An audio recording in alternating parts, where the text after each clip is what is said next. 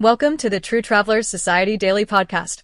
It's Monday, October 20th, and we're your go-to destination for the most inspiring innovations in meaningful and sustainable travel. Today, we kick off with a powerful story about the future of wildlife tourism, a story that's challenging how we balance visitor experiences and animal welfare. Stick with us for updates on responsible tourism trends, ethical travel debates, and new volunteer opportunities that put community and conservation first. Let's dive right in. Our first story comes from Niagara Falls, Canada, where Marineland's decline is igniting global questions about the future of zoo tourism.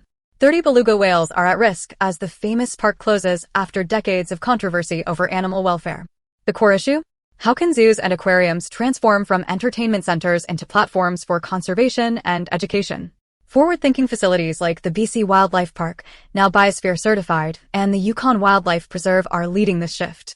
Both focus on ethical animal care, rehabilitation, and visitor education, aligning their missions with the United Nations Sustainable Development Goals. For travelers, this is a wake-up call. Research the ethics of wildlife attractions before visiting.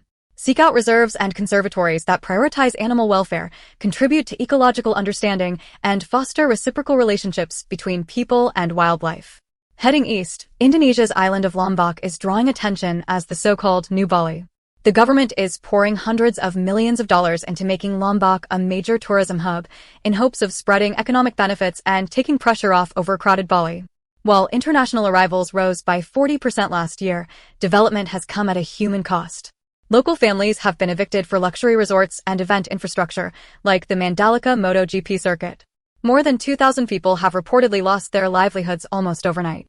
What's at stake is not only local economic justice, but the preservation of Lombok's unique culture and environment. Conscious travelers should dig beneath the glossy brochures.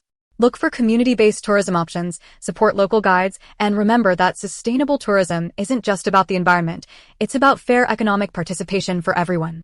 On a more positive note, Spain just launched the new Immerso travel season, a social tourism initiative making travel more inclusive for seniors. With over 870,000 discounted spots available and new pet-friendly policies, this program encourages active lifestyles among older adults while strengthening intergenerational solidarity. Importantly, by shifting travel to the low season, Immerso helps sustain tourism jobs year-round, fighting the problem of seasonal unemployment. For operators, this is a blueprint for integrating social inclusion with economic resilience. For travelers, it's a reminder that responsible travel should be accessible to all, regardless of age or income. Shifting to Asia, the reopening of direct flights between India and China is set to revive intra-regional connectivity and boost responsible tourism flows. The International Air Transport Association highlights that before the pandemic, nearly 1 million annual passengers traveled between the two countries. Restoring these routes will support educational, business, and cultural exchanges, while reducing transfer emissions compared to multi-stop journeys. For sustainable tourism professionals, improved connectivity is an opportunity to partner on conservation projects, cultural exchanges, and responsible volunteer initiatives across borders. Finally, let's celebrate an inspiring event from Turkey's Cappadocia region, where the 12th annual Salomon Cappadocia Ultra Trail recently welcomed trail runners from 79 countries. More than 2,400 participants raced through UNESCO-protected landscapes, while a children's run with over 450 kids added a community spirit. The event, organized in partnership with the Turkish Tourism Promotion Agency, highlights how sports tourism can support heritage preservation and local economies. For travelers and operators, it's a reminder. Sustainable events create meaningful connections, showcase natural and cultural treasures, and generate lasting benefits for all. That's it for today's roundup. Here are your key takeaways. Ethical wildlife tourism is evolving. New destinations must center local voices. Inclusive travel broadens impact, and connectivity fuels collaboration. Wherever your journey takes you, remember, every choice counts. Thank you for joining the True Travelers Society Daily Podcast.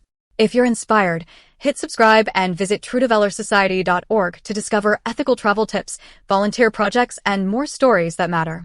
Until tomorrow, keep exploring purposefully.